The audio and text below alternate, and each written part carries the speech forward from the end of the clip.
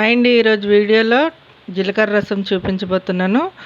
నాకు కామెంట్స్లో రాము బ్రదర్ అడిగారు జీలకర్ర రసం ఎలా చేయాలో చూపించండి కానీ నేను ఎప్పుడు మా ఇంట్లో చేసే పద్ధతి చేసి చూపిస్తున్నానండి. ఈ వీడియో మొత్తం చూశాక మీరు కూడా ఎలా చేస్తారనేది కామెంట్స్లో తెలియచేయండి. జీలకర్ర అనేది హెల్త్కి చాలా మంచిది కదండి. అప్పుడప్పుడు ఇలా రసం చేసుకోండి. ముందుగా జీలకర్ర తీసుకోవాలి, ఒక స్పూన్ వేసుకొని నెక్స్ట్ పావు టీ స్పూన్ వేసుకోండి. జీలకర్ర ఫ్లేవర్ ఎక్కువ అయిపోకుండా చూసుకోండి. ఒక టేబుల్ స్పూన్ కందిపప్పు వేసుకోండి.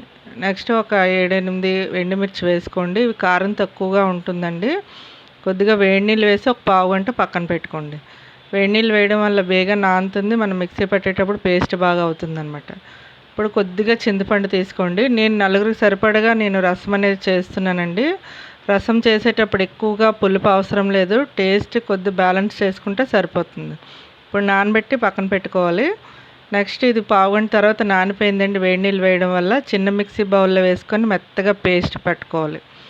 మెత్తగా పేస్ట్ అయిపోయేలా చూసుకోవాలి. జీలకర్ర పప్పు అది ఏమీ కనబడకుండా మెత్తగా పేస్ట్ చేసుకోండి. ఇప్పుడు చూసారా, ఇలా పేస్ట్ చేసుకుంటే సరిపోతుందన్నమాట. ఈ పేస్ట్ చేసుకున్న తర్వాత మనం రసం చేసుకోవడానికి ఒక స్టీల్ గిన్నె తీసుకున్నాను. మందంగా ఉన్న గిన్నె తీసుకోండి. ఇప్పుడు పేస్ట్ ఇందులో వేసేసుకోవాలి. మొత్తం అంతా వేసేసుకొని నెక్స్ట్ ఒక పెద్ద సైజు టమాటో కానీ లేదంటే చిన్నవి 2 బాగా పండినవి వేసుకోండి. కొద్ది పులుపు బాగా తెలుస్తుంది అనమాట. కొద్దిగా కరివేపాకు వేసుకొని నేను చింతపండు గుజ్జు తీసుకొని పెట్టుకున్నాను కదా, బాగా పలుచగా తీసుకోండి. ముందే పులుపు ఎక్కువగా వేసుకుంటే మరిగేటప్పటికి ఇంకా పులుపు ఎక్కువైపోతుంది. అలా కాకుండా నేను ముప్పావు కప్పు పులుపు వేసాను కదా, నెక్స్ట్ కప్పు మళ్ళీ వెళ్తూ వాటర్ వేసాను, ఒక కప్పు వాటర్ వేసాను. రుచికి సరిపడా ఉప్పు వేసాను, కొద్దిగా పసుపు కూడా వేసుకున్నాను.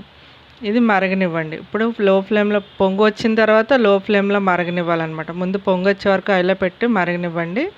తర్వాత లోలో పెట్టేసుకొని ఒక 4-5 నిమిషాలు మరగనివ్వాలన్నమాట. ఎప్పుడైనా ఏ రసం చేసినా మనం పులుపు ఎక్కువగా వేసేసామనుకోండి, మరిగిన తర్వాత ఇంకా పుల్లగా అయిపోతుంది. తెలిసిన వాళ్ళకి కాదండి, తెలియని వాళ్ళకి చెప్తున్నాను నేను.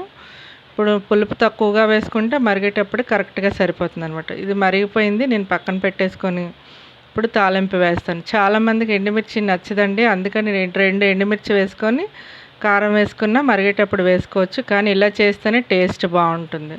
ఇప్పుడు కొద్దిగా ఆయిల్ వేసాను, పోపు దినుసులు వేసేసుకున్నాను. నెక్స్ట్ కొద్దిగా వెల్లుల్లిపాయలు కూడా వేసుకోండి, పంటికి తగులుతూ టేస్ట్ బాగుంటుంది. కరివేపాకు, కొద్దిగా కొత్తిమీర వేసేసి బాగా వేగనివ్వండి. ఆల్రెడీ నేను ఎండుమిర్చి వేసాను కాబట్టి ఇందులో వేయట్లేదు, మీకు నచ్చితే వేసుకోవచ్చు. ఇప్పుడు తాలింపు బాగా వేగిపోయాక మనం రసం వేసేసుకోవాలి. అంతేనండి, చాలా సింపుల్ కదా జీలకర్ర రసం. నేను రెగ్యులర్గా చేసే రసంలో ఇది ఒకటండి. నేను ఎక్కువగా వాము చారు అంటారు కదా, అది కూడా రోజు డైలీ చేస్తూ ఉంటాను అనమాట.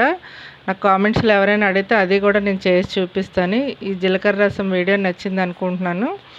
రాము బ్రదర్ అడిగారు కదా, నేను చేసి చూపించాను. నచ్చితే మీరు కూడా ట్రై చేయండి. Thank you for watching.